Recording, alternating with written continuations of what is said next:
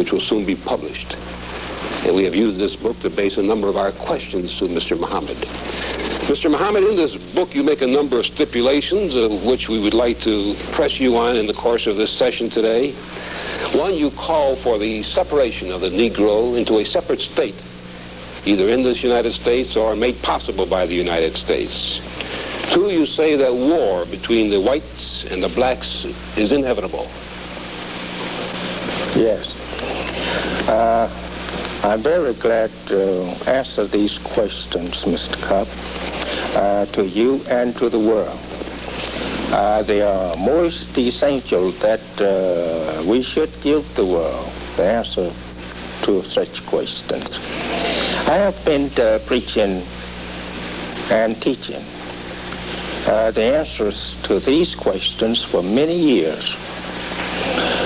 I give thanks first, Mr. Cup, to God, who came in the person of Master Fard Muhammad around 34 years ago now to me. And all that I have and been teaching, it is from him. And it is very easy for us to recognize the visit of this mighty one according to the time. If we have the knowledge of the time that we are living in, we can accept and respect this mighty visitor in this part of the world to fulfill that which was written of him, that he will come. And now he has come, and he has given out his purpose and his aims, as it also is written in the Bible and Quran. And therefore, I have nothing of myself in this answer. It is all from him. From him, you mean the messenger of Allah? No, not the messenger of Allah. I'm the messenger of Allah. I mean from Allah himself, who came in the person of Master Fard Muhammad. Who preceded you as the head of the Muslims? Well, he was actually the beginner. Yes, sir. And I'm taught by him. This separation we begin with, it is absolutely necessary. We have lived here in America for the last 400 years and have served our slave masters well before these past 100 years. And now the time has arrived that we want something for ourselves. The natural spirit of God is moving in us and making us to think in such terms towards self. And the doing for self is now getting into the very life of the black man in America. We want to go for self. We want to be ourselves. This is aroused in us by God himself. And to oppose it means nothing but death to either side. If we oppose it, it's death for us. If others oppose it, it's death to them. But even your own people oppose it, Mr. Muhammad, if I may interject a thought here. Most of the civil rights leaders with whom I know you disagree, Dr. Martin Luther King, and Whitney Young, and Roy Wilkins, and James Foreman, and James Farmer, and any number of others, all believe in integration, getting along with the whites and moving into the same society. This is all due to their lack of knowledge of the time and what should be done in such time. They don't know that this is their time, that they should be separated or they should go for themselves. This is what I'm trying to teach them. Teach them that this is the time that they should go for themselves. But is it not, would you disagree that it is the ambition and the goal of most Negroes in this country to become Americans in every meaning of that word, to participate in our society, to be responsible, legitimate, honest citizens? Isn't that the goal of the overwhelming number of Negroes in this country? It may be their goal, Mr. Cup, because that they don't even know, as I just said, that this is the time that they should be going for self. And lack of knowledge of the time, the lack of knowledge of self. The American so-called Negro, especially the leading class, do not actually know themselves. Excuse my voice as I'm look like trying to be a little hoarse this morning, but however, I may clear it up later. America's so-called Negro, as you know, have been kept in the dark of the truth of self and kind for now 400 years, and the only one to break both this truth, it is God himself, as it is written. And the Bible, Ezekiel, and prophesied by Jesus, that the dead must rise, mentally dead. So our so-called leadership is as dumb as those they are leading to this knowledge. Therefore, they hopes that they could have a place somewhere in the life of the white man of America and in his country and government. They seek that place. Not that they seek some portion of the country here. They seek only recognition of the white man as being a citizen of America and being his equal. And this is the wrong thing to be seeking, since we now have served our prophetic term of slavery here in America, and now we have a taste of education of our slave masters and their children. We don't go now to the colleges and universities of the white man looking for degrees to go back to him then for a job, to work, live with him, or some bread in the break line. Well, what is wrong with that ambition, Mr. Muhammad? It seems to be working out in growing numbers. It keeps him a servant all the time. He's not getting an equal place with his master by seeking a job. The only thing that he should seek now, since he admits that he's free, and he is free, he's not no more a servitor slave. But he's free.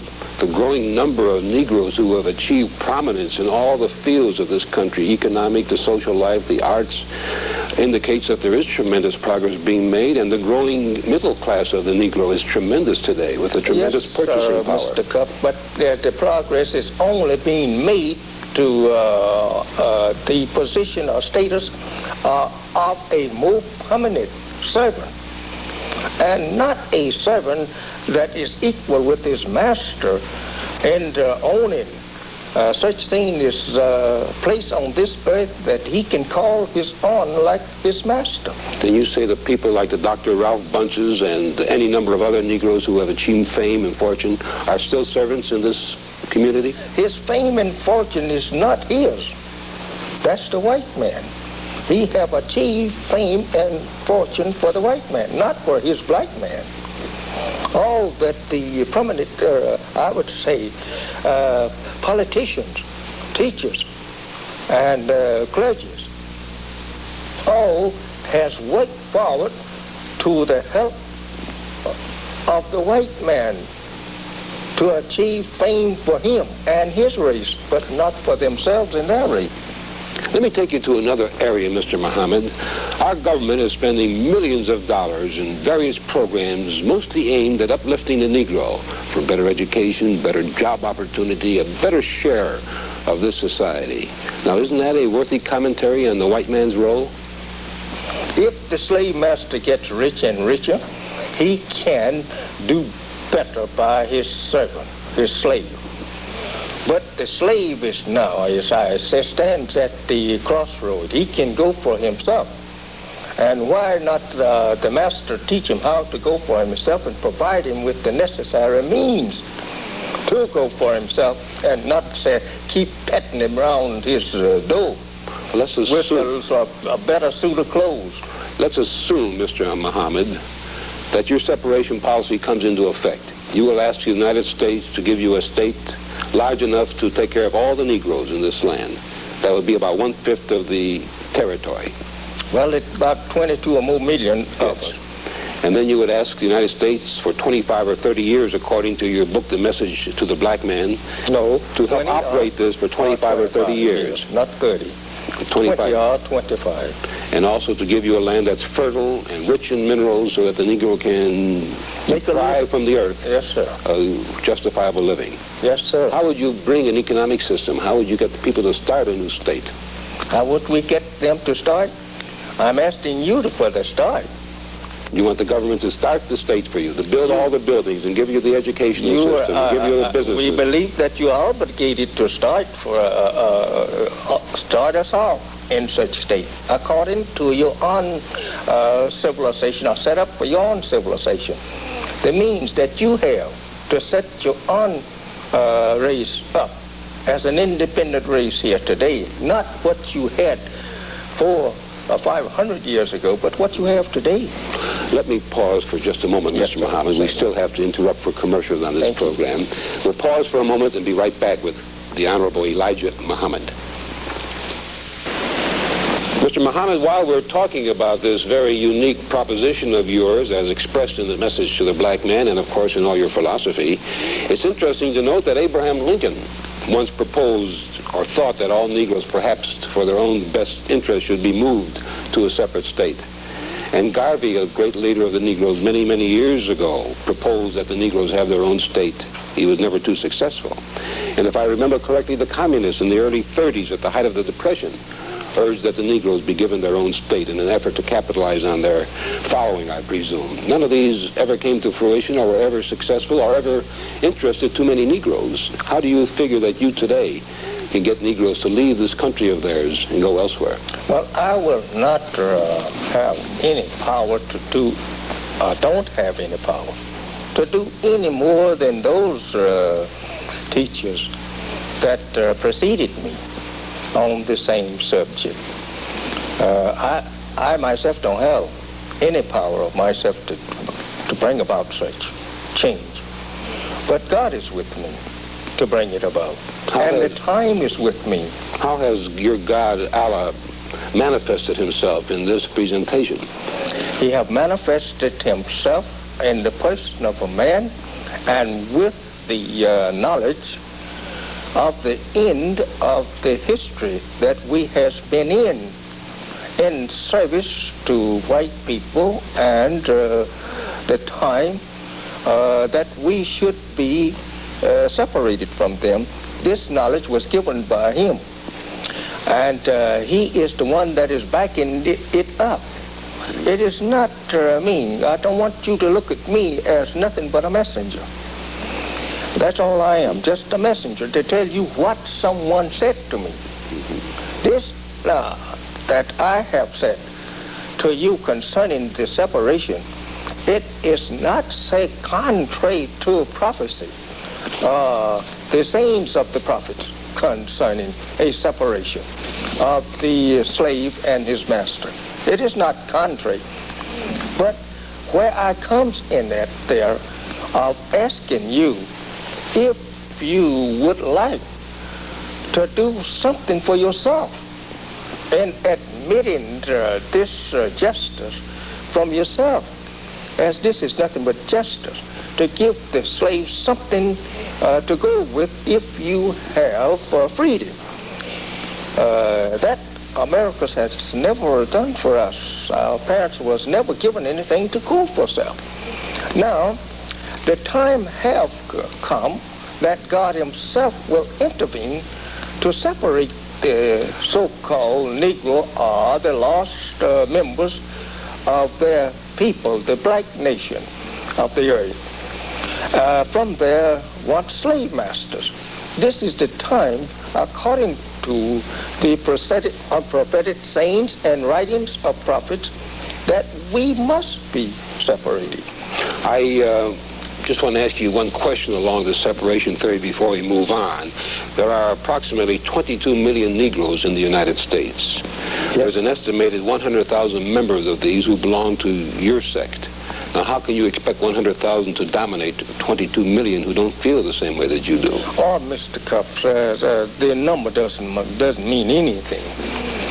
We have history dating back that just less people than that. Even the people that dominated in the world today, your own race, they was not started with even 100,000. Only 59,000 was used to make your own world. It don't make any difference about the number. It's only the ones that believing in it, honest about accomplishing the aim and the purpose. If you had your choice of territory in this country, where would you select? Well, I'm not saying this. I have said time and again. I will not say where I would like to have a room in your house before ever you are willing to give me a room there. Mr. Muhammad, in your book, you also say that war between the non-whites and the whites is inevitable. If you will permit me, Mr. Cup, I would like to go back here to this separation again. All right. We often has been misunderstood on this. We know that the prophesy says that we should be returned or will be returned to our own. But I have said here in this book, and almost weekly I'm saying something about it, that if America wants to ease their troubles, as this is the trouble that she is confronted with, it is her slave. I don't care what someone might say or may say about the problem, but the problem of America, it is her slave. And the solution has been given. And this is just only a little twist of the solution that I am presenting to America today. That instead of all of this I would say mistreating the poor man, crying out today for more justice and better justice, better recognition. Put him over here in some place. You have a house big enough to do so. Put him over here someplace to himself, regardless to what he say. You knows the truth. You know that he should be somewhere to himself, because you will never agree to all that he demands you of. You cannot do so unless you want to become a subject slave yourself, or that you want to get in the same status that your slave is in, to yield to all of his demands. That is trying to respect a one slave as your equal. You can't do that and keep your respect in the world of civilized nation. But you can, I should say, stop trying to force the ideal in the slave that he is as good, he is as honored, he is as much as the master. This cannot be accepted as true, even from the master. Would you by deny? Just giving, if you will just permit me, I will give you a chance then. By giving him a chance to sit in the house with you and talk with you and your family, or even marry your sons and daughters, that's not yet making him your equal. Or to prepare in your laboratories jobs for him, factories, build factories to give him a job, keep him at work. That is not making him your equal yet. He's still unequal. And it's a real ignorant thing to say he's my equal because I give him social status with me. This is bad on the white man's part, even to offer his slave integration in marriage, intermarriage. It only makes him worse in the eyes of the world, and his intelligence is has been, I would say, lost, and his decency of his society is lost, even by just offering the slave such opportunity. But if he would go and offer his slave a place over here to himself, say, boy, you have allowed me to use this slave. Boy, you have been a good old plowboy for me. Now I'm going to let you plow for yourself. Here's a mule, here's a plow. I will furnish you plow tools until that you're able to pay for them or make them yourself. You don't think that the white man really thinks of the Negro as boy anymore, that this era has allow me passed so to many use years the word, ago? but he still calls them boys in many parts of the country. You still refuse to acknowledge, though, that the tremendous progress of any number of Negroes in all the arts, in all the political world, in all the sports world, in the entertainment world, in education, these people are not the equal of the whites with their tremendous success? Well, if he has made progress in the way of civilization for the white man, or in the civilization of the white man, well, why object then to him doing this for himself?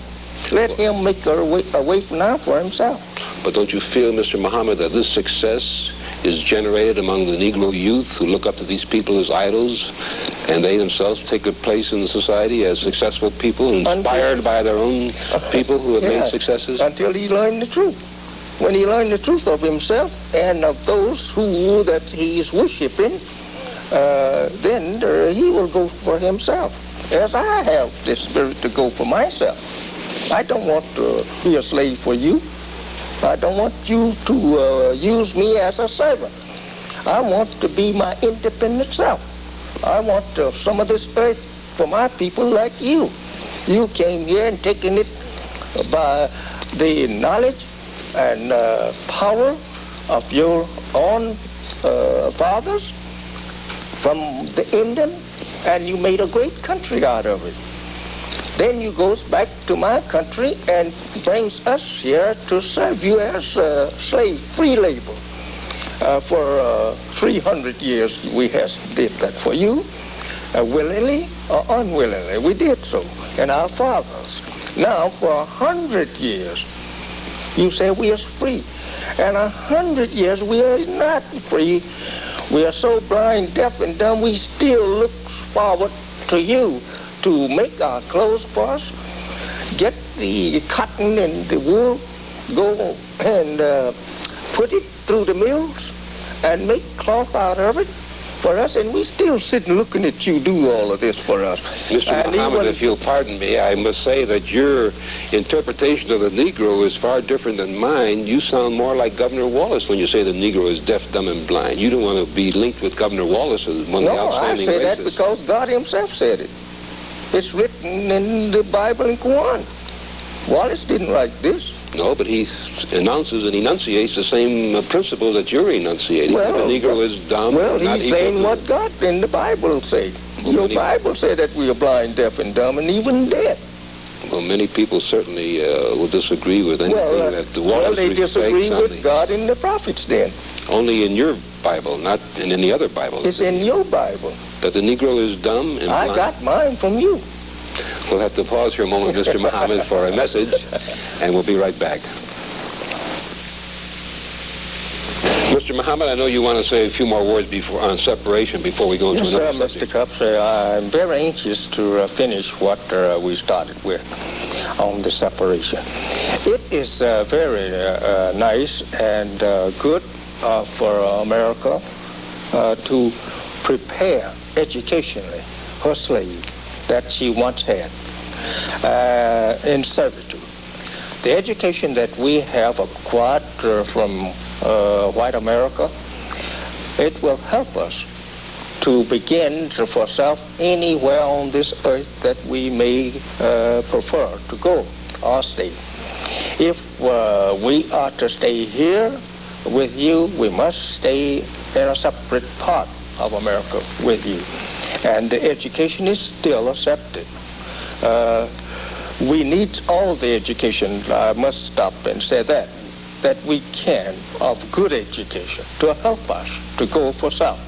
And as far as our reaction to what we have acquired in the way of education, it doesn't mean that we should now be satisfied to remain with you just because that we have now acquired more respect of South in the way of education and can do more better service for you than we have in the past. The thing of it is, since we have acquired enough to make a step out of the house of bondage where that our fathers was enslaved or put in bondage, we should now go, and you should help us to go and provide the necessary means for us to continue going in the way of South. This would also give you a great and a good name. The slave master sent his slave off with the provision to keep going for himself. We need modern tools now. We don't need to apply a mule. We need a tractor. And we need the land, certainly, that will provide a living and the necessity of life otherwise, such as buildings and other machineries. We want that we can go into, as you have went into it, and pull out of her treasures the necessary means for us to build a nation for ourselves. But is this consistent, Mr. Muhammad, with your position? You were saying about the Negro doing things for himself. Then you say the government must turn around and give him all this territory and operate it for him for 20 years. We think the government is obligated. We have given her 400 years. And now we want to go for ourselves. How are we to get started for ourselves if the slave master is not willing to provide the means for us to go free for ourselves? In your position on separation, did you feel that the Supreme Court made a mistake in 1954 when it ruled that segregation must end in the public school systems? No, I don't say the government made a mistake by saying the kind of segregation that we have lived under should be terminated. I don't think she made any mistake there. But I do think the government is making a mistake now to try to hinder us from being separated, since we have already lived under segregation for the past centuries. Now we would like to be separated over here to ourselves, since we cannot get along with you in peace. Let me take you into another area that we discussed at the opening of the show, Mr. Muhammad. That is your prediction in the book, The Message to the Black Man, that the whites and the non-whites inevitably must come to a war. Do you really feel that there must be a war between the races? If you will not submit to the law of justice, freedom, justice, and equality, and submit to do good, certainly, this is the time that good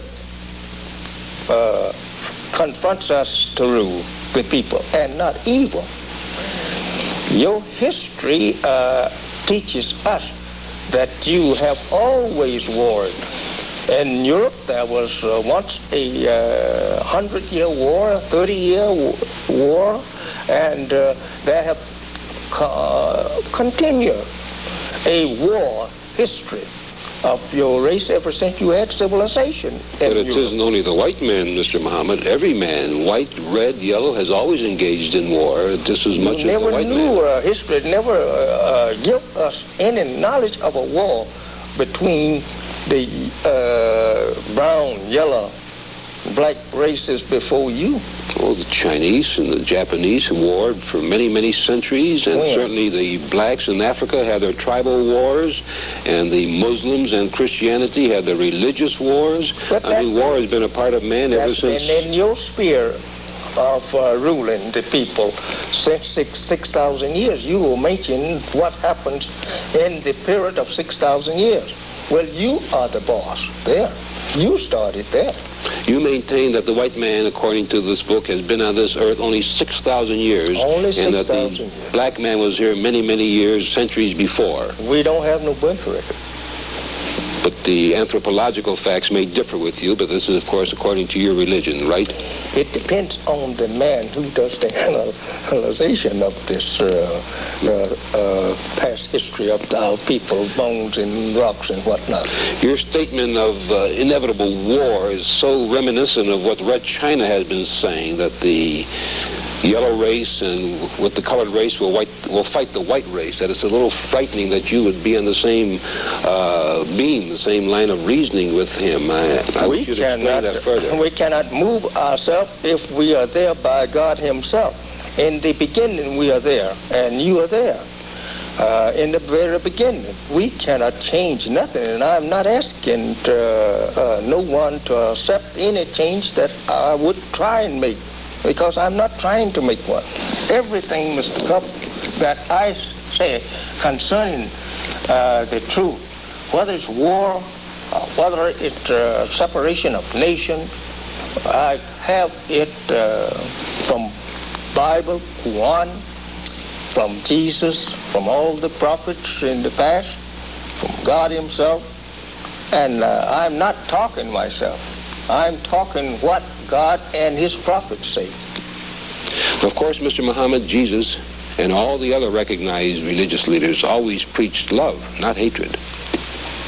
I take for an instant, Jesus, he taught love of his Father. We used the name he used there. He taught that we should love the Father. We should love the word, the teachings of God. We should love the man that loves God and loves the teachings of God. This was Moses' teaching to Israel, was to love thy God with all thy heart, soul, might, and strength. But you are not taught to love the enemies, the nations that will not love your God and will not allow you to pass through or not allow you to settle in your own land. You should destroy that nation, or God will destroy them before you. This is Moses. Then God goes so far as to say himself that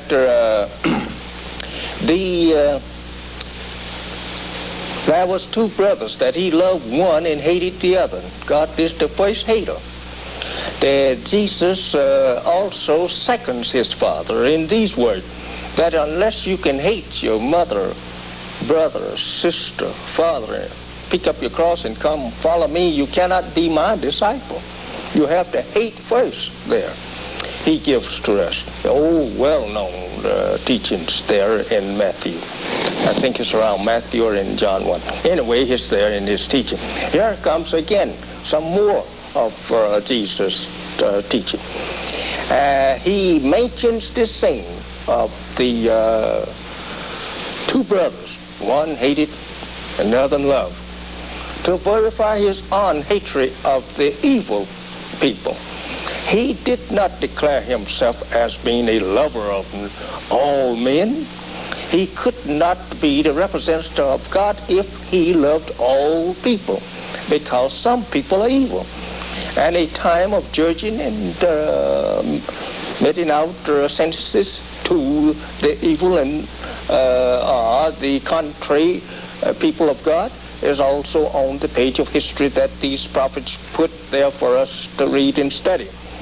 Moses did so, and now comes Jesus, who covers his spear of delivering the message to Israel, a final message, and then denounces Israel as being enemies of God, and that a day of judgment is set for your execution.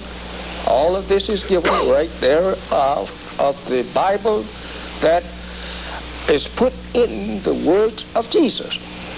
And we continue to have this, and in the beginning we have it. Moses addressed Israel, and Deuteronomy there, saying to Israel that in the very beginning, when we speak of separation, that God separated the sons of Adam. If God saw it more best than peaceful to separate these sons of Adam, brothers, these sons represent brothers. They can't live together. We separate the very sons of Adam and give them a place on the earth and set boundaries for them, that they cannot be entering in and out of the other's country without permission. Boundary means that you must have permission to come in my part of the country. And now, all of this is set forth to us in the Bible, in which the Christian say we should believe. If the Christian don't believe in his own Bibles, the saints of his own Bible, how can he preach to us to believe in it? If the Christian don't want to abide by the book that he represents is from the prophets of God and their saints, how can then he force us to believe that which he don't believe himself? Constantly interviewed and challenged to defend the nation's controversial views, not only on separation, but on the issue of self-defense. Minister Malcolm, the thing that I thought might be good for starting it off is to talk about one of the most pervasive beliefs in the general society about the Nation of Islam, and that is that it is an organization dedicated to the use of violent means to attain its goals. The question I have is, how true is this, and why do you think it persists in society? Well, the Muslims who have accepted the religion of Islam and follow the religious guidance of the Honorable Elijah Muhammad have never bombed any churches, have never murdered any little girls, as was done in Birmingham, have never lynched anybody, have never at any time been guilty of initiating any aggressive acts of violence during the entire 33 years or more that the Honorable Elijah Muhammad has been teaching us. The charge of violence against us actually stems from the guilt complex that exists in the conscious and subconscious minds of most white people in this country. They know that they've been violent in their brutality against Negroes. And they feel that someday the Negro is going to wake up and try and do unto them as they have do unto the whites as the whites have done unto us. We aren't a violent group.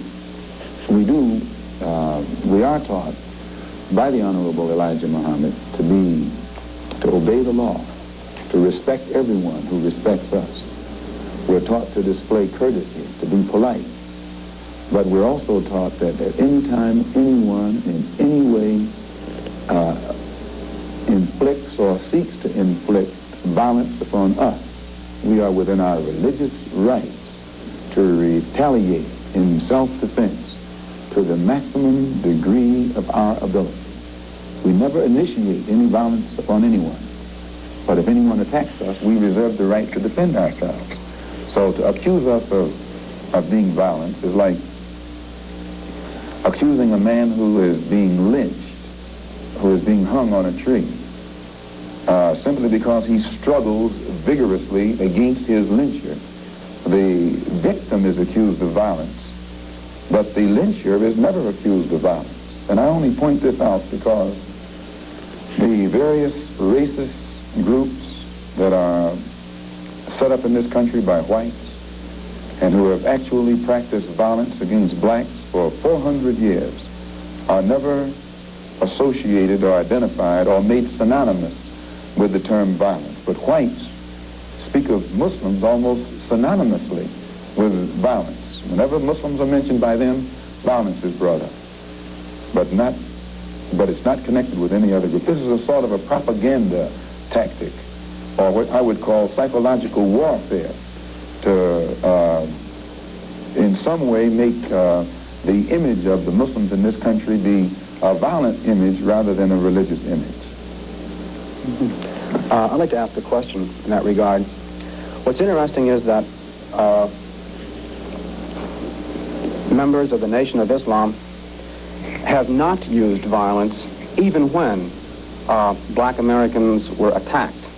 How do you account for this? Does this in any way contradict some of the basic premises of your movement? I don't know how you mean. Well, you maintain, for example, that you will not, or that you should not use violence unless you are attacked by the white man. And I think we can note in the last several years, certainly, dozens and dozens and dozens of instances in which Negroes have been attacked, killed in some instances. You mean in these demonstrations? The demonstrations and the bombings, for example, recently in Birmingham, where they killed 4 little Negro girls. And what interests me is the fact is that the Nation of Islam has not done anything to retaliate. I think you should be happy. The important thing is, does your lack of action contradict any of your basic principles? I'll explain it. You should be happy that Muslims who follow the Honorable Elijah Muhammad, number one, don't believe in any form of integration, and who and believe that every mention of the word integration by whites, whether it be from the mouth of Kennedy on down to the mouth of the lowest, raggediest white liberal in the street who is beatnik-like involving himself in these integration efforts, if we believed in it, we would integrate, and we would fight anybody who got in our way or made any effort whatsoever to stop us from integrating. If we really believed that the law of the land, the Supreme Court, and other so-called judicial bodies were for real when they talked about integration, we would integrate. And knowing that the law was on our side, and any effort we made to demonstrate towards integration, why, we would know the law should be on our side, if it's the law of the land. If it is the law of the land, then the demonstrators are within the law, and the discriminators are against the law. But to show you the hypocrisy of the law, when Negroes demonstrate for integration, instead of arresting the discriminators, the law arrests the demonstrators. So this is a foolish move on the part of Negroes. And when you foolishly get yourself involved with an enemy, then whatever comes upon you, that's your business. As Muslims, we believe that separation is the best way and the only sensible way, not integration. And but on the other hand, when we see our people being brutalized by white bigots, white racists, we think that they are foolish to allow themselves to be beaten and brutalized and do nothing whatsoever to protect themselves. They are foolish. They should have the right to defend themselves against any attack made against them by anyone. If a dog is biting a black man, the black man should kill the dog. Whether the dog is a police dog, a hound dog, or any kind of dog. If a dog is fixed on a black man, when that black man is doing nothing but trying to take advantage of what the government says is supposed to be his, then that black man should kill that dog or any two-legged dog who fixed the dog on him. Should other black men help that particular person who was attacked? I think you'll find, sir, that there will come a time when black people wake up and become intellectually independent enough to think for themselves, as other humans are intellectually independent enough to think for themselves. Then the black man will think like a black man, and he will feel for other black people. And this new thinking and feeling will cause black people to stick together. And then at that point, you'll have a situation where when you attack one black man, you are attacking all black men. And this type of black thinking will cause all black people to stick together. And this type of thinking also will bring an end to the brutality inflicted upon black people by white people. And it is the only thing that will bring an end to it. No federal court, state court, or city court will bring an end to it. It's something that the black man has to bring an end to himself. Let me on the basis of your two remarks, ask a double-pronged question. One, is it then your assertion that the laws with respect to how Negroes are supposed to have equal opportunity and equal rights in this country are not meaningful or believed by whites? And secondly, what then is your opinion and attitude toward the civil rights movement in general, and particularly the Reverend Martin Luther King and his philosophy of nonviolent and direct action? If the white people really passed meaningful laws, it would not be necessary to pass any more laws. There are already enough laws on the law books to protect an American citizen. You only need additional laws when you're dealing with someone who is not regarded as an American citizen. But whites are so hypocritical. They don't want to admit that this black man is not a citizen. So they classify him as a second-class citizen to get around making him a real citizen. If he was a real citizen, you'd need no more laws. You need no civil rights legislation. Civil rights is, when you have civil rights, you have citizenship. It's automatic. White people don't need laws to protect their citizenship because they're citizens. But they don't want to tell us we're not citizens. And at the same time, they don't want to pass laws that are meaningful enough to protect us as if we were citizens. And the Supreme Court desegregation decision is the best example I know. That's a law from the Supreme Court. 10 years have gone by. No desegregated schools. It hasn't been implemented beyond, I think, 9% in 10 years. So this just shows you the hypocrisy of the American white man. They talk out of both sides of their mouth. And for this reason, we who are Muslims, that is, who believe in the religion of Islam, who believe in God, we don't believe that black people will ever get any problem with laws being passed or new persons being put in office, white liberals being put in office. There is nothing that the white man will ever do to bring about true, sincere citizenship or civil rights recognition for black people in this country. Nothing will they ever do. They will always talk it, but they won't practice it. And with the Supreme Court, if the NAACP can tell me that they want a desegregation decision for me 10 years ago, but yet the schools haven't been desegregated, as I say, this is a victory with no victory. It's a victory that you can talk about, but it's a victory you can't show me. So if you represent the NAACP and you are telling me about this great victory you won for me, when I look at you, I have to conclude that either you have been duped yourself or else you are trying to dupe me. And in most instances where the civil rights struggle is involved, there is no civil rights leader can point to me one concrete gain, practical gain, that black people have made in the civil rights field in this country, not only during the past 10 years, but during the past 100 years. Now, the other part was with respect to Mr. King and the nonviolent direct action.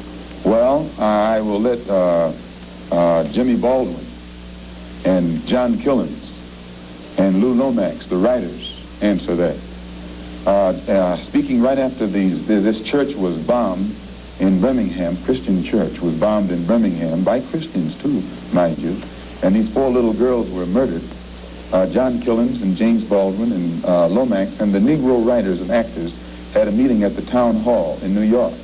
And Killens pointed out, concerning these murders of these little girls, said the killings had raised doubts about the intelligence of the nonviolence in the civil rights struggle. He went on to declare that he could no longer be asked to love those who persecuted and killed Negroes. He also, and the writer, Mr. Handler, who's describing this, said that Killens, it was not clear concerning Killens' remarks to his audience that he was breaking with it was clear rather to his audience that he was breaking with the doctrine of the Reverend Martin Luther King's philosophy that as Christians, Negroes should love their fellow man in a truly religious sense. Now, James Baldwin, speaking on that same platform, said, and I was present during this entire affair, asserted that the American people shared a collective guilt for the persecution of Negroes, much as Germans did because of their silence during the Nazi persecution. He denounced President Kennedy for what he termed Kennedy's lack of passion in the civil rights struggle. Mr. Baldwin said that there could no longer be a Republican Party for the Negro people as long as it listed a Barry Goldwater, nor a Democratic Party for the Negro people with a Senator Eastland on its roster. He asserted that the federal government acted swiftly and energetically, that unless the federal government acted swiftly and energetically, future slaughter would make Birmingham look like a dress rehearsal. And now, what do I think about King's attitude? King's right-hand man, Wyatt Walker, at King's convention, according to the New York Times on September the 26th, said, quote, we have been duped, meaning these persons involved in the civil rights struggle, of which King is the symbolic leader. His right-hand man says, and I quote, we have been duped, or have duped ourselves, into believing that the chains have been broken, when in truth we have only been chained more securely. Half freedom has in many instances been worse than no freedom at all. Why, don't ask me what I think about their struggle. I can tell you what they think about their struggle. And they are pointing out that it is becoming more difficult every day for the civil rights leaders to keep the masses of black people nonviolent and long-suffering and patient and keep them from becoming disenchanted. I hope that answers your question. Well, now there's a new party which has started on the East Coast called the Freedom Now Party, an all-black organization.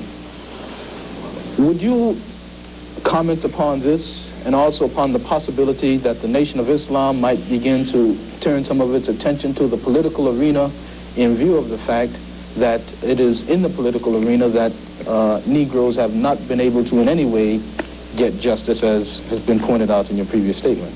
I'm not familiar with the Freedom Now Party. I'm not too familiar with politics, period, only that in the sense that white politicians have usually been very hypocritical where the so-called Negroes are concerned. So I'm a bit disenchanted with politicians and politics. The Honorable Elijah Muhammad is a religious man, and his teaching is religious, and his solutions are religious. The Freedom Now Party, from what I understand, is headed by a man named, a lawyer named Conrad Lynn. I know him. He probably means well. Before passing an opinion on what it is he's trying to do, I would like to analyze it and see who's subsidizing him, see who his friends are, especially who his white friends are. And after a careful analysis, if I could conclude that there was no white support, I would be inclined to have confidence in it. But if I saw him leaning too heavily upon his white liberal friends for support, then I'd be suspicious of that too. The Muslims, in my opinion, represent an all-black party.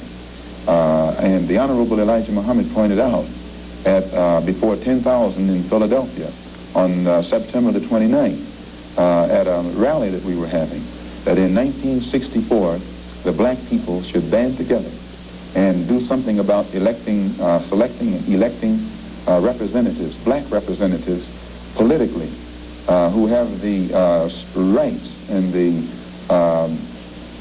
the best interests of the black people at heart. And that we should also unite together and sweep out of office all of the black political puppets who are used by the white power structure to continue white supremacy in our communities. In that regard, would you include Congressman Dawson, for example, from Chicago, and some of the people who represent him on the Chicago City Council? In which regard? In the area of acting as a puppet. I don't know what Mr. Muhammad's opinion is of Congressman Dawson. They both live right there in the city of Chicago together. I don't know what his opinion is of Congressman Dawson. I'm suspicious of any Negro, be he politician, be he clergyman, or civic leader who is constantly patted on the back by whites. I have a tendency to lean toward the Negro politician who is constantly condemned by the white power structure. This is my thought pattern. I'm giving you an insight of it. You, though, mentioned Mr. Lynn and saying you'd like to know who his white friends are. Now, I'm wondering if you didn't make a contradictory statement in Muslim terms by using white and friend in the same phrase. That is I to use say, friend in quotes. I see. In other words, if a black man cannot have a white man as a friend? He may have a white man who's friendly, but being friendly and being a friend, I think, are two different things. I think there are many whites who act friendly toward Negroes. A fox acts friendly toward the lamb. And usually the fox is the one who ends up with the lamb chop on his plate. The wolf doesn't act friendly, and therefore the wolf has more difficulty in getting the lamb chop in his plate. I'd like to point out, though, that... And I say that because it is usually if you study the structure of the Negro community, economically, politically, civically, psychologically, and otherwise, it's controlled by the white liberal, who usually poses as the friend of the Negro, who actually differs from the white conservative in the same way that the fox differs from the wolf. Their appetite is the same. Their motives are the same. It's only their mannerisms and methods that differ. There have been a large number of whites who have posed as liberals and as friends of the Negro and who have time and again betrayed the Negro. On the other hand, I think one could point to a large number of whites who have struggled for civil rights, for equality, and have got little or nothing out of it, other than quite a few bruises. Give me an example. Well, the large number of white students who have gone into the South, for example, working for SNCC and other organizations. Not working for SNCC or other organizations, but working for the white political machines who benefit by the voting efforts of Negro. Okay, I'll be more specific. I would cite Herbert Hill, for example, as a kind of person who has championed Negro job rights, for example, in New York City and elsewhere. He has fought the political machine. First time I met Herbert Hill personally was when they were picketing to stop the working on the Harlem Hospital in Harlem. Negroes for 10 years had to fight the city to get an annex built on the Harlem Hospital. Because in Harlem, we need a hospital more so than anything else. Our people are sick. Plus, we do a lot of cutting and shooting of each other, though we profess to be nonviolent. And Herbert Hill brought his forces out and stopped the working on that site. This is the first time I ever saw him. Then, when work was brought to a halt on a hospital in Harlem, the same Negroes tried to stop the work at the Downstate Medical Center in Brooklyn, which is predominantly white. They were out there for 3 months during the summer. Couldn't stop anything. And I never saw Herbert Hill out there one time. Now, whenever it takes a stoppage of something that's going to affect the white man, you find the white liberal absent. But when it involves something that primarily will affect the best interests of black people, and black people only, then that white liberal is present. Herbert Hill is the labor secretary for the NAACP. And if he was interested in black people, he would prepare a black man with the type of knowledge and understanding of the labor troubles involving black people that would enable a black man to sit in the same position as Secretary of Labor or Labor Secretary in the NAACP. I'm suspicious of whites who join Negroes and always have to be in the lead, who always have to be the head, who always have to be at the top in Negro organizations. Those whites who really have the interest of blacks at heart, let them give some advice to some Negroes and stand on the sideline. But don't join the organization and then get at the head of it and pose as a friend of Negroes. Well, I would defend his sincerity and his commitment. And more than that, I would say that just because a person is a Negro or a black American does not mean that he's going to struggle for Negro rights or for jobs for Negroes or anything else. I think that today you could point to a large number of Negro leaders who have consistently betrayed Negroes in a whole host of areas. They aren't really Negro leaders. These are puppets that have been put in front of the Negro community by white liberals. These are parrots that have been put in front of the Negro community by white liberals. You can't name me a Negro leader who has betrayed Negroes, who has not been endorsed, sanctioned, subsidized, and supported by the white liberals. Minister Malcolm, I'd like to... Well, I could cite one example would be Congressman Dawson, for example, in Chicago. In Chicago, a large number of liberals located in the Hyde Park district have consistently fought Dawson and his betrayals of the Negro, and they've also fought some of the people who represent Dawson on the Chicago City Council. The only Negro I know who is constantly fought, only Negro politician that I know who is constantly fought by white liberals is Adam Clayton Powell. And they call him a racist because he speaks so bluntly on the race issue. But I'm not, as I said, not too familiar with Dawson and his work. Let me return to the Nation of Islam per se, Minister, by raising a question which struck me as a result of reading some of Baldwin's work, namely The Fire Next Time. Baldwin pointed out that in Harlem for many years he had passed the street corners and the soapboxes and heard people speaking from these platforms who were known as black nationalists, and nobody was listening. And he said all of a sudden he realized that people were beginning to listen to the Muslim speakers on the street corners in Harlem. The message essentially was the same, but it was that now many people were listening to what this message was. And you pointed out that the Nation of Islam has been in the picture for about 33 years. What is it, in your judgment, that has caused this tremendous amount of support that the Nation of Islam has garnered in the Negro community in, say, the last 10 years? When you put a seed in the soil, it remains beneath the soil until the season changes. And when the season changes, the seasonal change automatically brings about rather atmospheric conditions, bring about a seasonal change that makes that seed come up or crop grow in its appointed time. And all over this world today, God himself has brought about political changes, a political atmosphere, social atmosphere, economic atmosphere.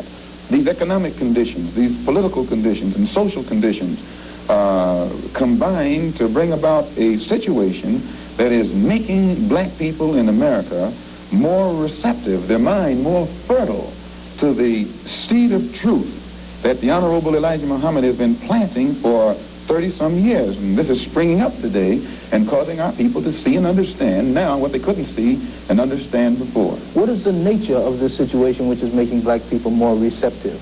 You take in the past, say, 15 years, how the nations have emerged, dark nations have emerged in Africa. Prior to 10 years ago, most Negroes identified Africa with a savage, jungle-like place.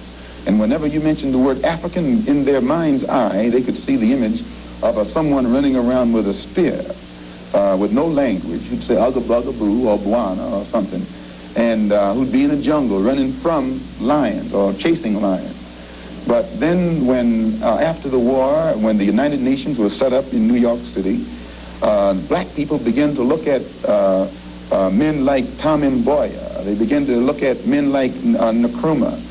They began to see men like Lumumba. They began to see men like Nasser.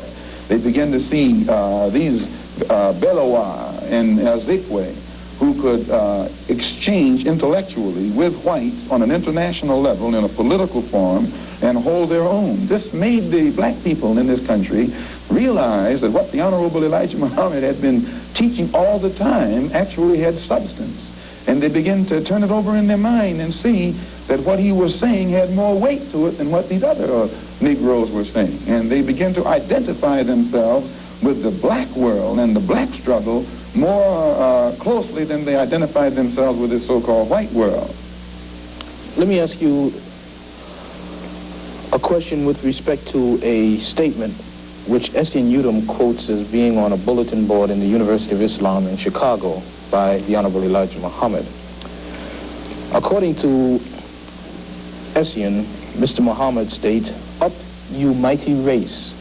You can accomplish what you will. Build your future on these foundations: freedom, justice, and equality."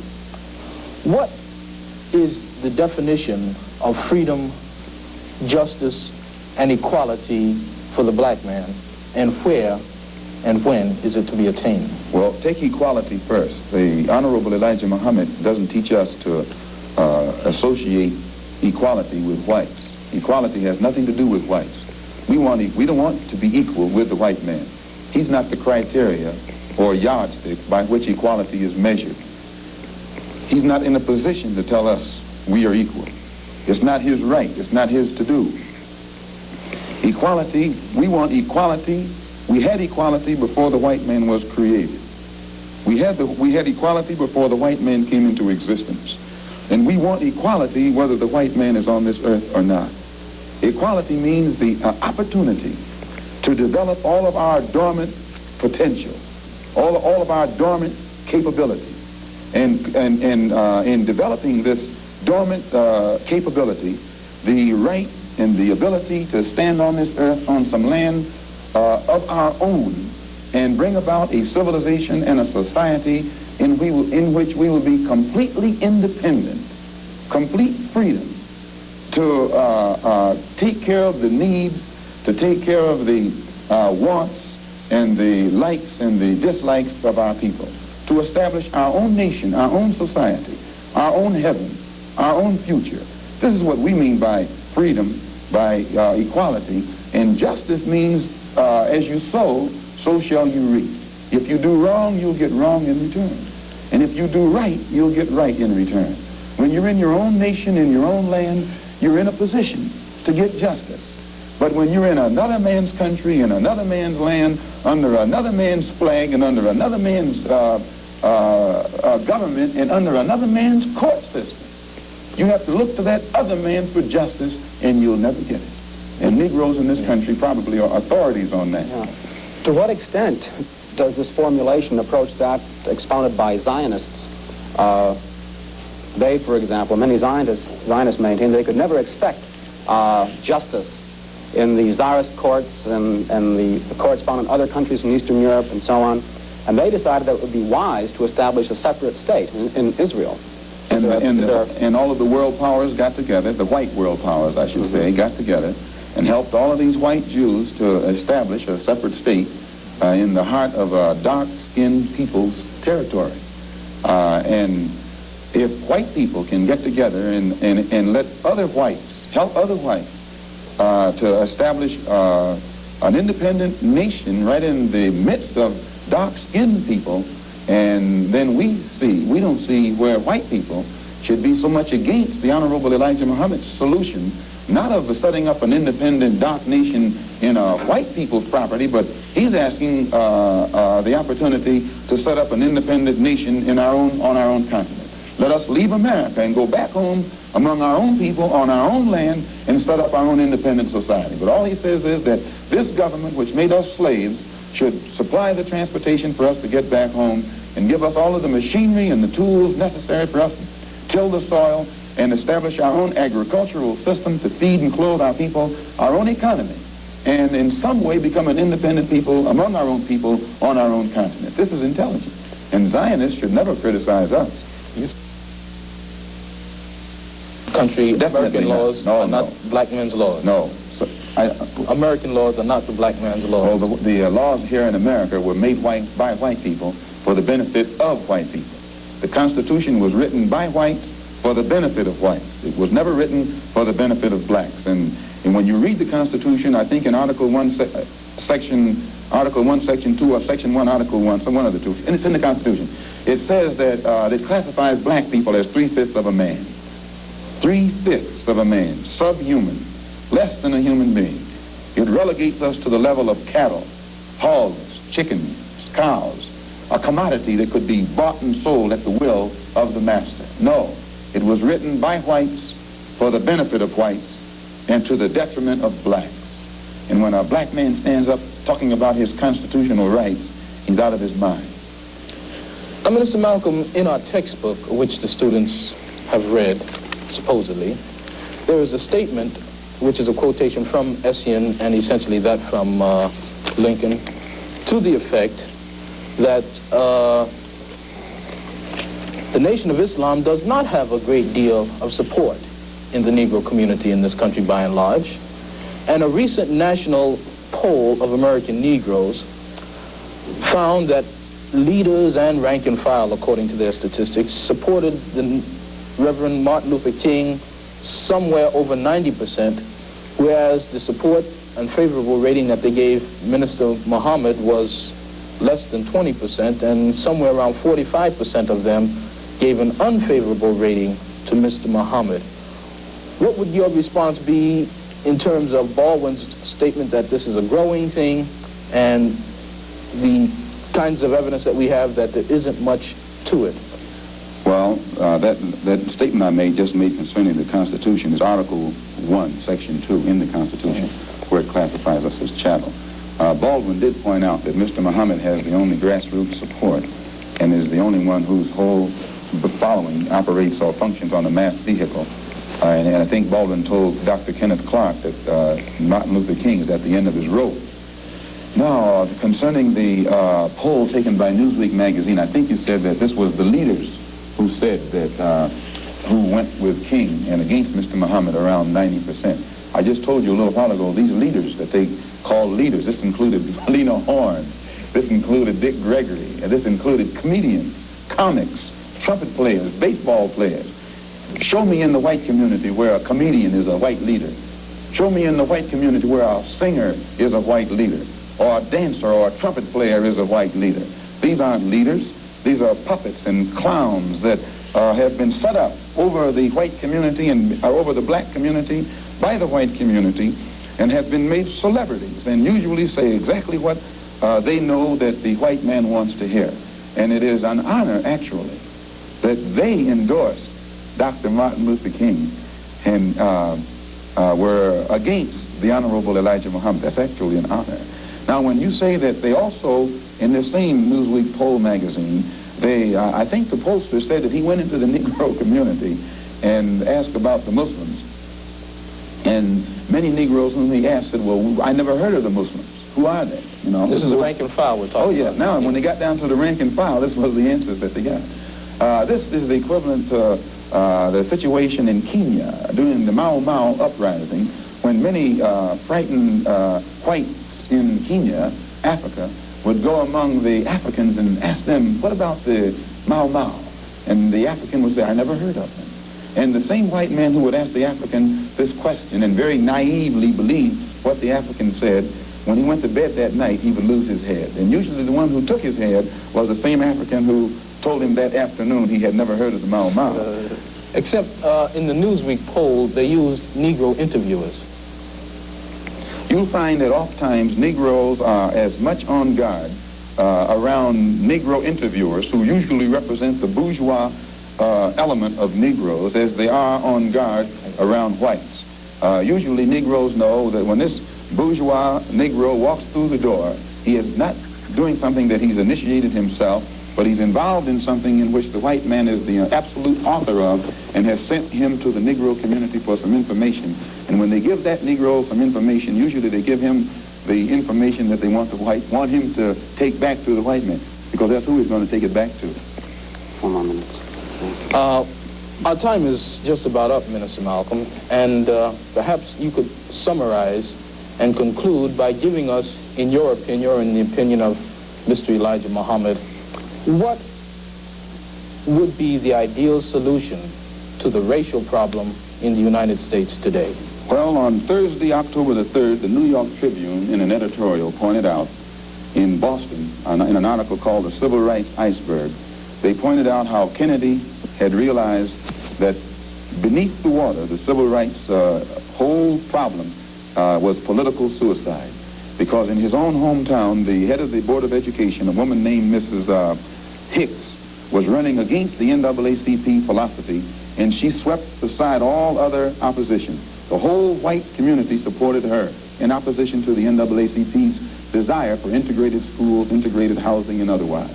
So I say that to say this, that even the Jewish community, which is supposed to be pro-liberal, went against the NAACP. Whites are against integration in practice, but they're for it in principle. So the only solution is separation. And the Honorable Elijah Muhammad says that this can be brought about simply by letting our people be exposed to the truth about ourselves, about the white man, about our history and our condition in this country. And once we are exposed to the complete truth about things as they actually exist in this country, the masses of black people will choose complete separation from this entire system, political system, economic system, social system, and whatever other aspect or description or adjective you want to attach to it.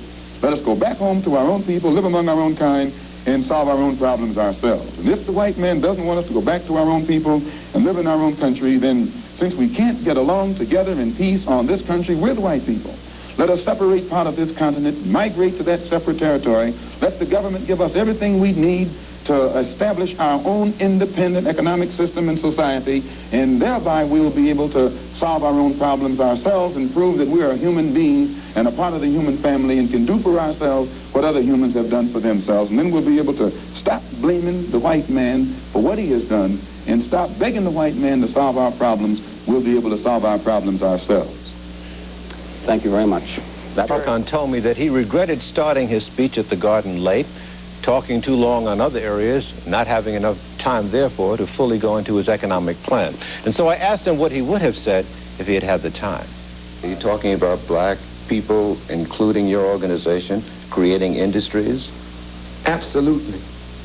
We felt, as the students of the Honorable Elijah Muhammad, that he advanced a program called a 3-year economic program modeled on the plan that Pakistan had, on the plan that Russia had for 5 years, which involved the saving of certain monies by the Pakistanis and by the Russians. That plan was good. It involved 5 million wage earners putting aside 5 cents a day, 25 cents a week, $1 a month, $12 a year, which would have given us a national treasure of $60 million a year. And within 5 years, we would have something like $300 million in a treasury, plus the interest accrued from that, which we would then begin to invest in farmland, in banking institutions, in industry to begin producing the things that we consume. Recognizing the very atrocious spending habits of black people and our even more atrocious saving habits, then it was not practical that a prodigal people would save that kind of money. So one of our brothers, Al Wellington, came up with the structuring of Elijah Muhammad's program in a programmatic way that would enable us to go to our people with products that they spend money for anyway, and through the sale of these products, we could garner some of the money that we spend for these products, thus creating that national treasure, which would allow us to begin to promote industry that would produce the things that we consume: food, clothing, and shelter. Would these industries be owned and operated by the Nation of Islam? If by the Nation of Islam you mean this small group of people who believe in Almighty God Allah, by no means. When we talk of the Nation of Islam, we have conceptually in our minds all of our people, regardless of their persuasion. And it could never be successful unless all of our people were involved and included in its formulation, in its development, and in the profit sharing of it. So you and your associates would play sort of a brokerage role in assisting various black businessmen and entrepreneurs in setting up these businesses? I think that what power people organized and working for economic rebirth is attempting to do is to structurally put the black consumer together with the black producer in a manner that mutually benefits and maximizes each other's good. Today we have some black producers and a whole host of black consumers. The black producer may manufacture or produce a product for $1, but by the time it reaches the consumer, it may be nearly $3, because in between this is a distributor.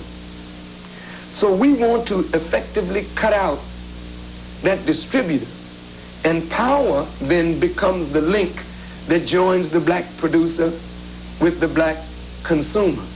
In a way that we are strengthened, the black producer is strengthened, the black consumer is strengthened, and then we begin to strengthen and build black institutions.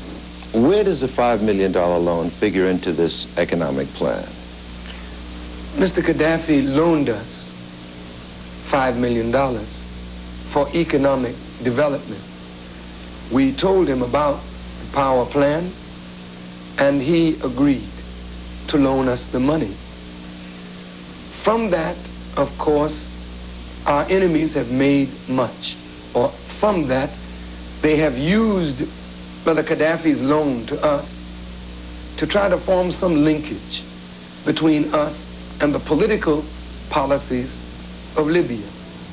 Right now, there are over 21 American companies that are doing business with Libya on a daily basis, making tens of hundreds of millions of dollars. Crane's business report tried to link Mr. George Johnson of Johnson Products directly with Libya. This is to create pressure on Mr. Johnson so that he might back out of a verbal commitment to produce the products for power.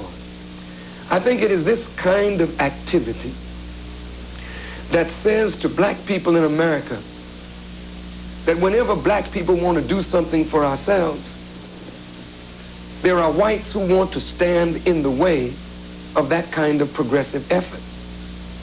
We're not asking anyone to manufacture dope, yet America cannot effectively stop the dope traffic in the black community. She will not stop prostitution in the black community. She doesn't appear to be able to stop gang crimes in the black community. But when a black entrepreneur wants to make products for black people, then pressure is applied to that black entity to stop them from doing what they're in business to do, which is to make money. But let's talk frankly. $5 million is a lot of money. What was in it for Mr. Gaddafi to lend it to Minister Farrakhan? Well, I would say it like this. It's a lot of money, but it's nothing. When you think about what needs to be done to stimulate black people to build an economy that will make us productive rather than a nation of consumers, $5 million is spit. And spit cannot germinate a seed.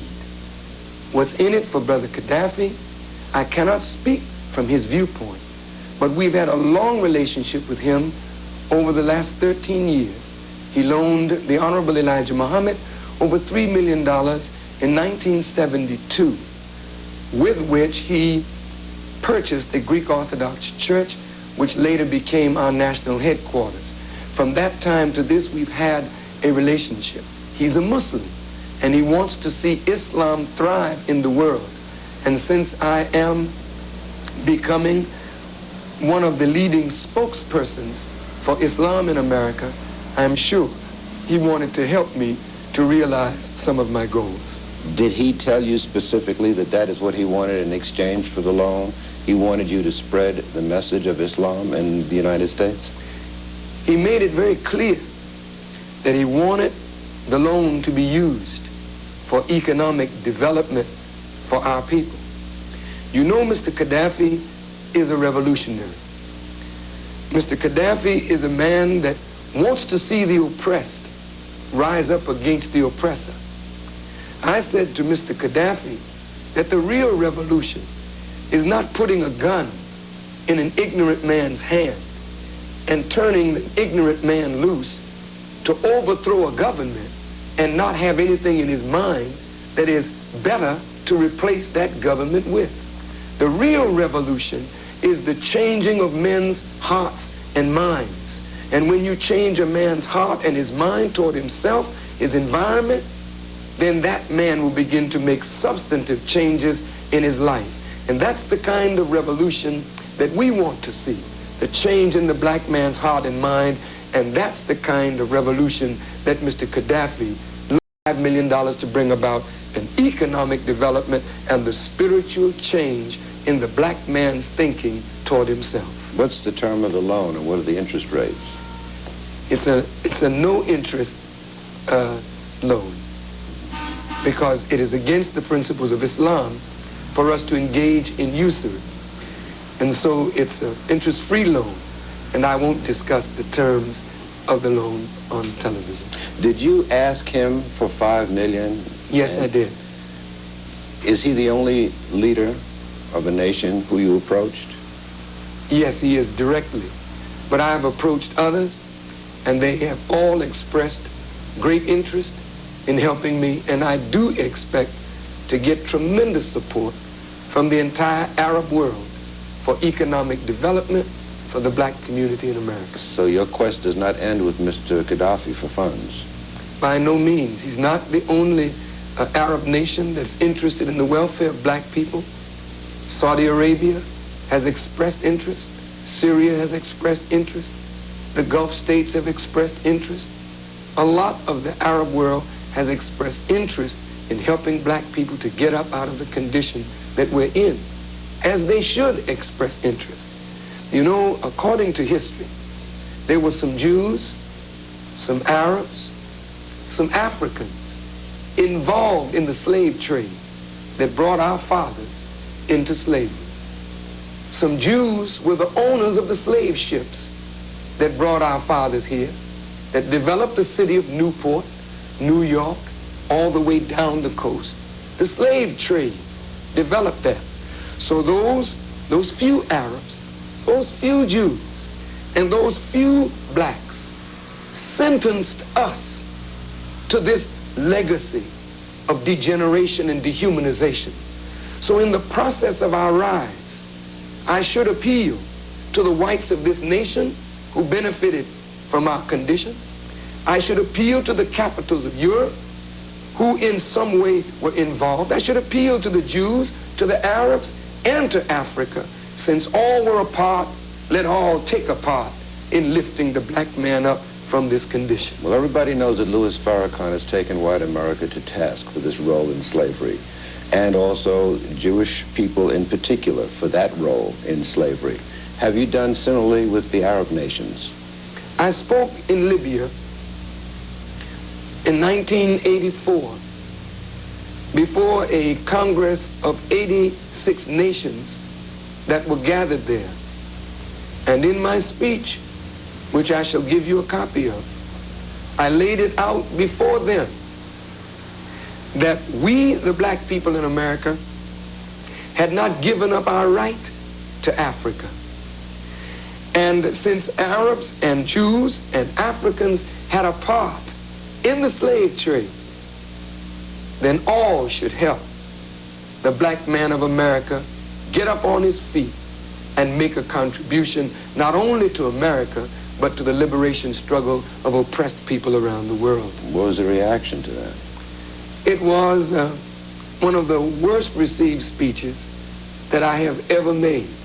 In fact, I have never been hissed, and I never was applauded in a way to applaud me to stop. And this is the kind of reaction that I got, and I understand that the next day the tape was rushed to Mr. Gaddafi.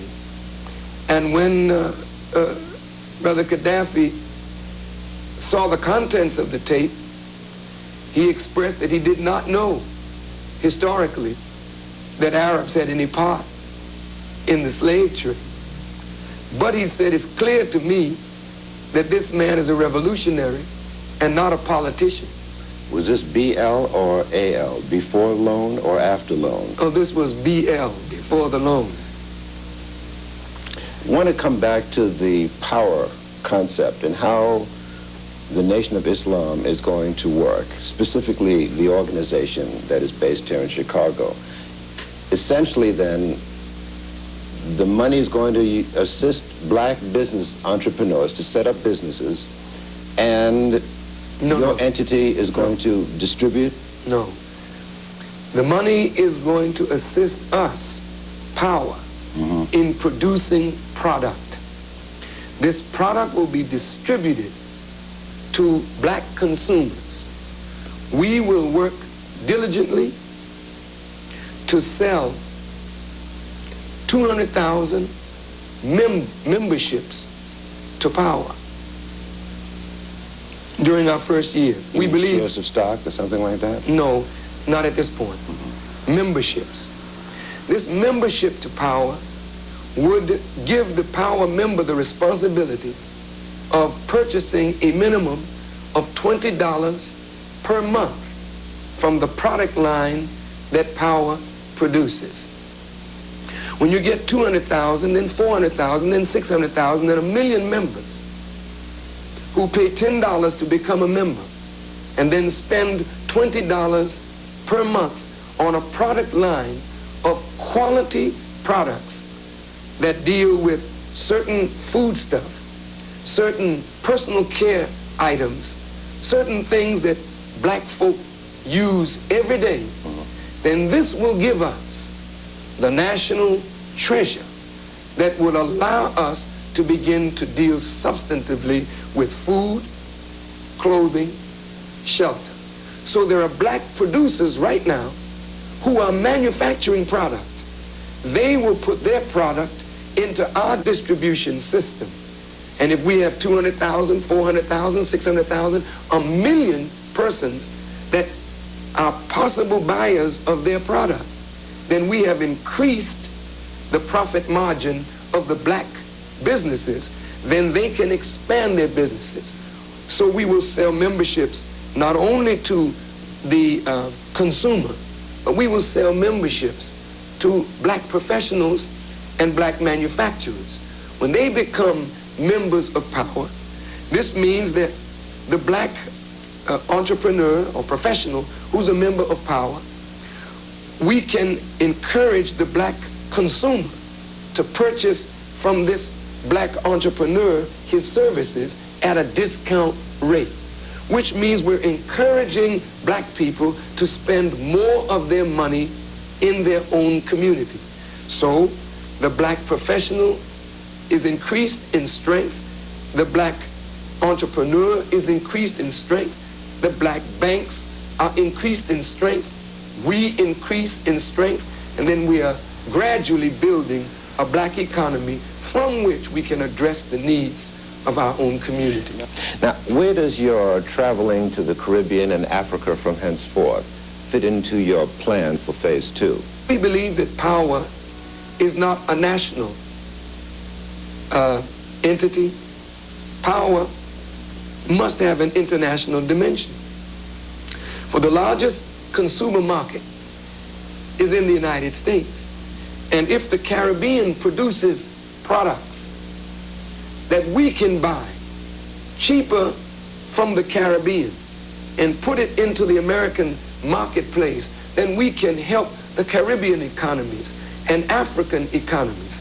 Again, we want to establish a power skills bank that will enable black people who are some of the most skilled in technology anywhere to be found in the world to give 1 to 3 years of service to the Caribbean and to Africa to help develop the Caribbean and African economies. Not just that they get a salary and a good house to live in for 3 years, but that if we help to develop gold, for instance. In Uganda, when I was there was 50 square miles of gold in Uganda that was not being mined. Suppose we aided Uganda in developing the gold in Uganda.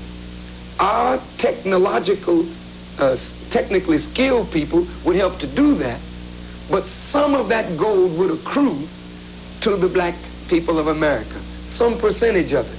So we could, with barter, use gold out of Uganda to trade with another African country for some other thing that we needed to ship it into America to produce. So I'm saying the whole world is open to black people if we would open up our eyes and stop seeing ourselves as a little boy from Mississippi or New York or Georgia or Chicago. We are an international people, and we must begin to recognize that we have kith and kin all over the world and begin to strengthen those ties and do business with the world. Just want to be clear now that this is understood by myself and our audience. Is Mr. Gaddafi going to have a godfather relationship to power? Is he going to benefit in any way from the concept that you've just explained? Mr. Gaddafi has already agreed that if we produce these products, Libya will buy them. If we become an integral part of the Islamic world, the Islamic world may potentially buy these products from us.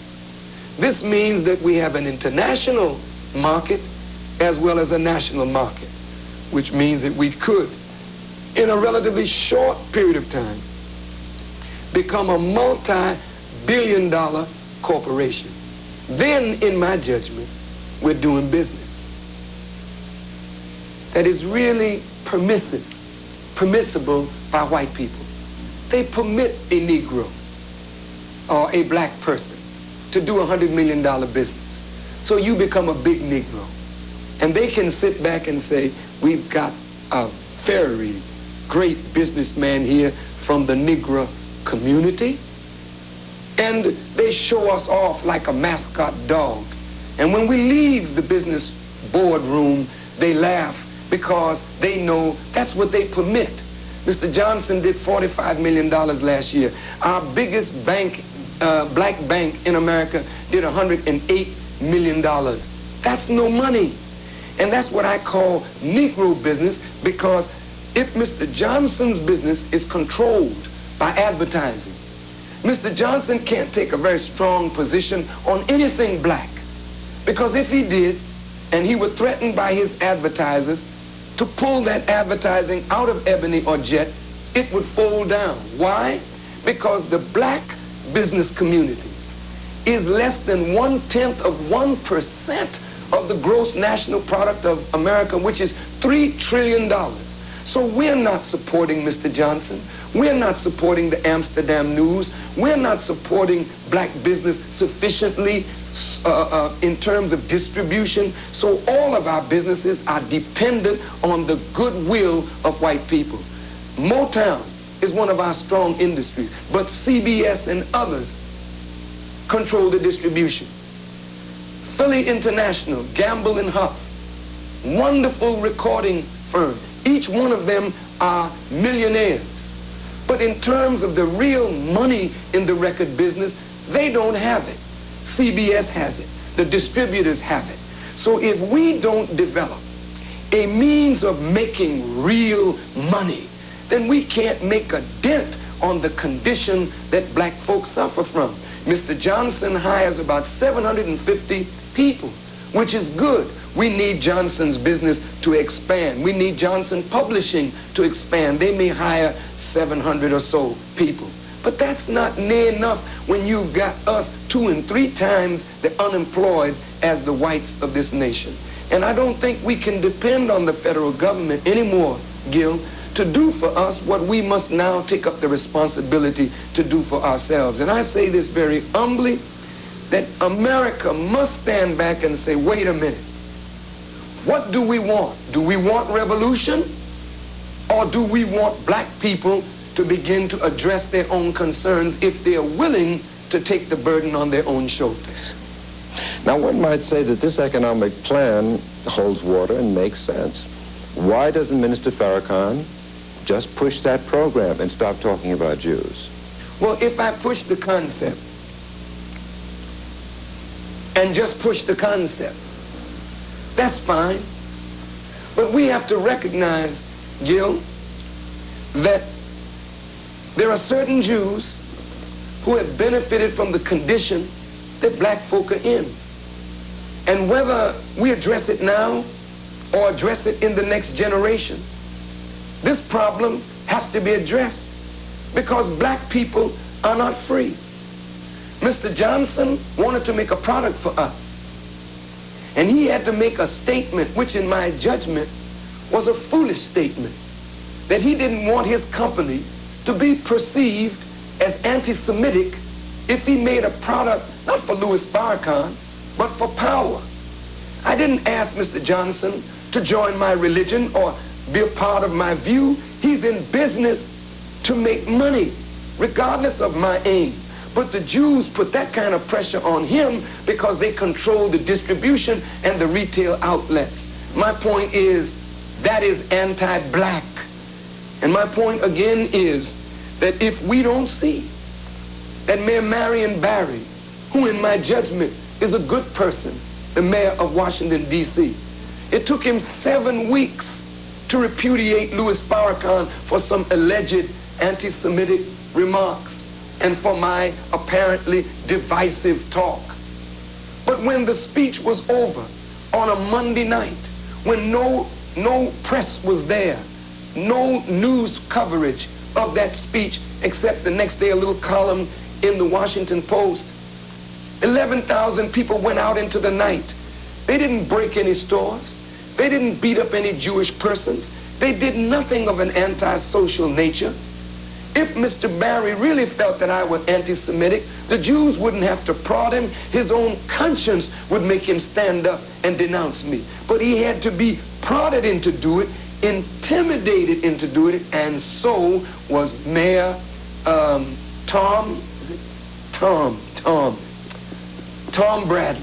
Excuse me. I think Tom is a good name. For when a black man has to be in public office and then bow down and lick the foot of the Jewish community, he's been a friend of theirs for 32 years, Gil, and all he did was repudiate me the day after instead of the day before my speech, and now they told him, if you don't repudiate Farrakhan, you can forget it as far as the governor's race is concerned. And he's writing them a letter, literally wearing out his knees. I hate that, Gil. And I know that Mr. Bradley is not a free man. Mr. Barry is not a free man. Mr. Dinkins is not a free man. The Congressional Black Caucus, with the exception of Gus Savage and Ron Dellums, they're not free men and women. And how in the world can black people ever be free unless we're man enough to say to the Jews, we got to bust your stranglehold on the masses of black people by your stranglehold on black organizations, on black leaders, on black politicians, on black business. I'm not wrong. I will not assign this task to your grandchildren and mine. I will take this battle on if I have to do it by myself, because I know I'm right and I know I will win, because as Joe Louis said, God is on our side. Are you suggesting that these black leaders did not castigate your remarks volitionally, but they were told to do so or prodded to do so or threatened to? It is a fact. Mayor Barry was sent a volume of mail from Jewish people. Some of it I have in my possession. I know that they put pressure on him. Before Tom Bradley met with the black leaders, according to the Jewish Weekly News of Los Angeles, he met with the Jewish leaders, and they extracted from him a promise to repudiate me before my speech in a press conference. They had already gotten the governor, Duke Magian, to do it, and they needed the mayor to do it. They got the city council to repudiate me. Mayor Bradley met with the black leaders. The black leaders didn't mind repudiating me, but they felt affronted that the Jewish community would come to them with already prepared statement and tell them like little boys on a plantation, sign this. And so they said, don't repudiate Farrakhan before his speech. Let him speak, and perhaps we can get him to tone down his remarks, and then we will show that we have some effect on Farrakhan to get him to quiet or soften his speech. Did any of these black leaders call you and ask you what you said or what they heard you say? No. Not one of them? Not one. Did Mr. Dinkins? No. Did Mayor Bradley? No. Mayor Bradley wanted to speak to me, and that is the truth. He told some of my aides that he wanted me to call him. But when I got into Los Angeles, and I was into Los Angeles before any of my people even knew I was there, I was reading the papers and watching the news, and I saw what the plan was. Mr. Bradley was going to say, if I did not say what I usually have been saying on all my speeches, that blacks are the chosen people of God and not the Jews, and prove it from the scripture. If I didn't say what I have been saying, then Mr. Bradley would stand up and say to the Jewish community, you see, my strategy worked. I showed leadership, and I'm sending a signal to black leaders across the country. When Farrakhan comes into your city, call him in and tell him, tone down his rhetoric. And so he would show the black community that he at least waited until after I spoke. He would show the Jewish community that he had some power to tone down my remarks. I wanted Mr. Bradley to know, and I want black politicians and black organizational leaders to know, you cannot tone down the truth because the truth is hard for your ears or for the Jewish people's ears. I will never submit to that. Never. Never. For Louis Farrakhan to castigate some Jewish groups, for Louis Farrakhan to say that some Jews may be guilty of wrongness, for Louis Farrakhan to say almost all Jewish people, that's one thing. But to say, for Louis Farrakhan to say Jews, which implies all Jews, is a bigoted remark that black people have been fighting against for a long time, and it is wrong for him to say that. Who said that? Several have said that. Okay. Several have said that. Are any of them Christians? No. No. I hesitate to cite you, well, I can tell you one who has told me personally, Paul Robeson Jr. Okay. How would you respond to that? If I said some Jews, if I said a small group of Jews, that wouldn't change anything. This man and others who think like that are really naive. Because in my speech in Washington, D.C., before the press club, I said some Jews, some Arabs, some Africans were involved in the slave trade. I said the powerful Jewish lobby has a stranglehold on the government and on the democratic process, particularly where the Middle East is concerned. I didn't lie. The next day, they said Farrakhan is definitely an anti-Semite. So it doesn't make any difference whether I say Zionism or whether I say a few Jews or whether I say Jews. They are threatened by what I say. Therefore, they paint me with the broad stroke that I'm an anti-Semite. I'm not anti-Semitic, and I defy any of them to take me before any tribunal or any real serious body of listeners. I will go before the government. Since the Senate repudiated me 95-0, condemning me without a fair hearing, I will go before the Black Congressional Caucus. I will go before an assemblage of black leaders, preachers, teachers, and lay my case before them. And if they on their own listen to what I say, none of them will say that I'm anti-Semitic.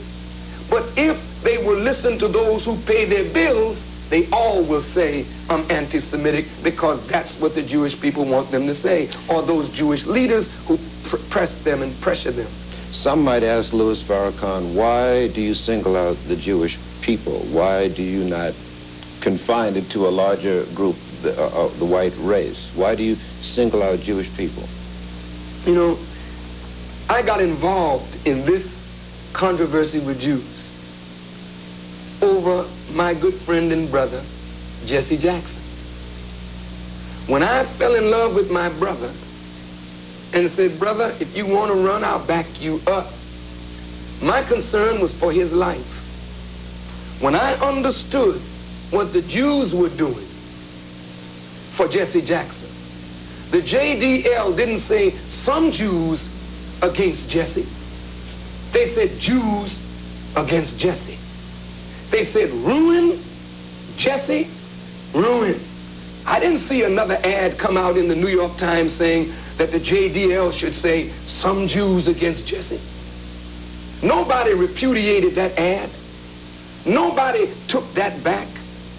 So it was taken by me and by many to be an across-the-board Jewish feeling or broad feeling in the Jewish community since Jesse Jackson embraced Arafat, since Jesse Jackson made a statement that Judaism was a rose and Zionism was a weed, and the weed of Zionism was choking out the rose of Judaism, they painted Jesse Jackson as anti-Semitic. I wanted Jews to understand that Jesse was now our champion. And he was not just the leader of PUSH. For 90 to 95% of black people across this country were backing Reverend Jackson. And I felt that the Jews were doing irreparable harm to black-Jewish relationships, not because they criticized Jesse, but by the way they handled him. Putting out this document on Jesse Jackson to the press from the Anti-Defamation League, which caused the press to begin to badger Reverend Jackson. It was creating an atmosphere of hostility in America for him, which I felt could have caused him to lose his life. I appealed to the Jews, let's sit down and talk. The Jews did not answer that. And so I said to them, remember, if this brother is harmed, he'll be the last one that you harmed. And then I said, we don't carry so much as a penknife, but in the name of Allah, Allah is with us, and I want you to remember that Allah will answer this. Leave this servant of Almighty God alone. The next day, I became the new Hitler. Did you make overtures to sit down and talk with any Jewish organizations? I sat down with Percy Sutton during the campaign, and I said, I'm willing to go to the offices of B'nai B'rith in downtown New York and talk with the Jews. I asked Mr. Sutton, what would his advice be? He didn't say I shouldn't do it. And so I called Mr. Perlmutter. He was out of the country. Asked him if he would sit down with me. His aide called back, contacted Mr. Perlmutter. I think he was in Rome.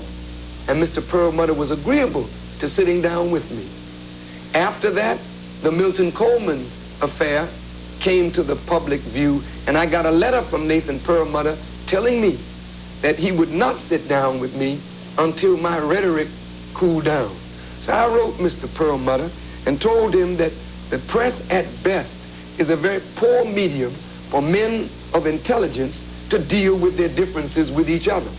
So I said, one day, maybe you will sit down and talk. I went on about my business. Here in the city of Chicago, a bishop, an Anglican bishop, a black Anglican bishop, Bishop Primo, talked to the Jewish leaders and advised them to sit down with Louis Farrakhan.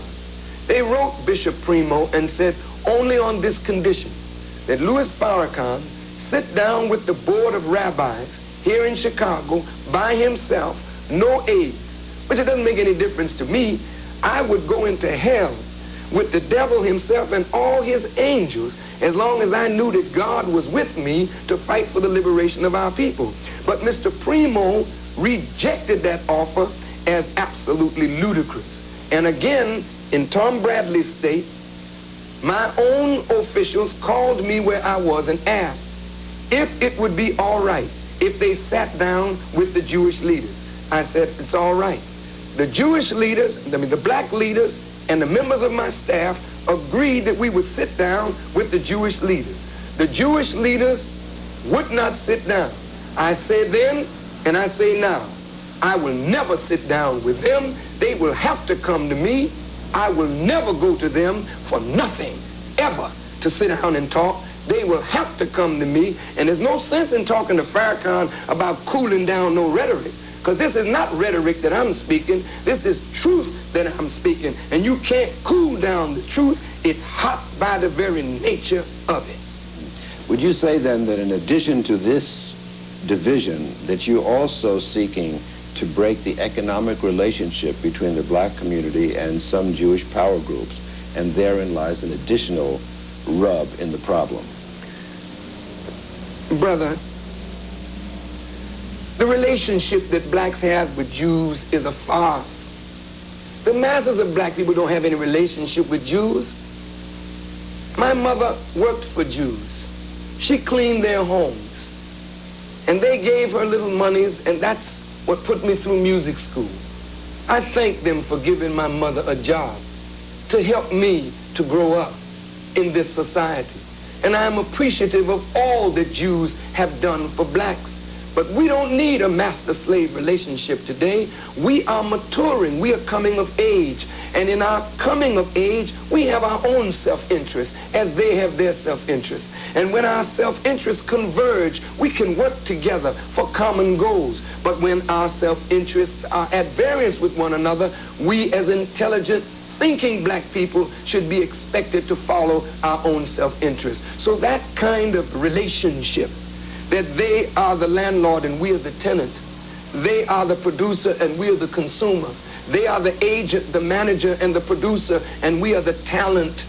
That kind of relationship has to break up, because we're not benefiting individually, we're benefiting, but collectively, black folk are not benefiting from that kind of relationship. I want that relationship to end and a new covenant worked out with black people and Jews that is structured on a basis of equity and justice.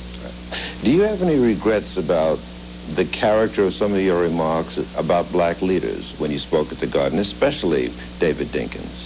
Well, certainly, you know what I mean. David Dinkins is my brother. I don't like what he did, though I understand what he did. I understand that the Jews gave Mr. Dinkins or backed Mr. Dinkins with some hundreds of thousands of dollars in his campaign. And they threatened Mr. Dinkins that if he did not repudiate me, that they would pull their support out from under him. I don't know whether that's true, but I suspect that it is, seeing the pattern that is going across this nation. So Mr. Dinkins bowed to that pressure. Mr. Dinkins is a man that I think committed political suicide by so doing. I don't know how the election came out, but I'm sure he's not going to be the borough president. I'm confident of that. Now, naturally, I'm concerned for Mr. Dinkins as my brother. But with all due respect to Mr. Dinkins, to Mr. Jackson, to myself, and to any leader that is standing up over black people, Mr. Dinkins is not really the kind of leader I'm talking about, because he really doesn't have mass support. Mass betrayal can only come from leaders that have mass support. Jesse Jackson has mass support. I have mass support. There are certain preachers that have mass support. It is we who can betray the aspirations of our people. I don't believe that we should betray the aspirations of our people and walk away from that betrayal and go and sit somewhere and in the sunset and live to be old age. I happen to believe that if you're really serious about leading black people, if you're really serious about not compromising about the well-being of black people, that every black leader should put his life on the line. I'm not saying this just for Dinkins or just for Jesse. I'm an example of this. I've told all of my people, and I've said it enough publicly, but of course they won't print that. I have said that if I betray the aspirations of black people, if I sell out the aspirations of black people, I say it openly that I should be killed, that I should be made an example so that those who come after will learn the price of betraying the aspirations of the people. After all, when a people invest confidence in you as a leader, and you sell out their aspirations, you're killing unborn generations. And you walk away living in style because you sold out the aspirations of your people. This has been going on too long, Gil, where black people are concerned. And I would humbly say to all black people, including myself, we must be instructed by what we see going on in South Africa. For in South Africa, as the masses revolt, they are killing that buffer, those privileged blacks that become apologists for unjust regimes. And I'm saying to black leaders and black politicians and black professionals and black civic leaders and black preachers, stand up for your people.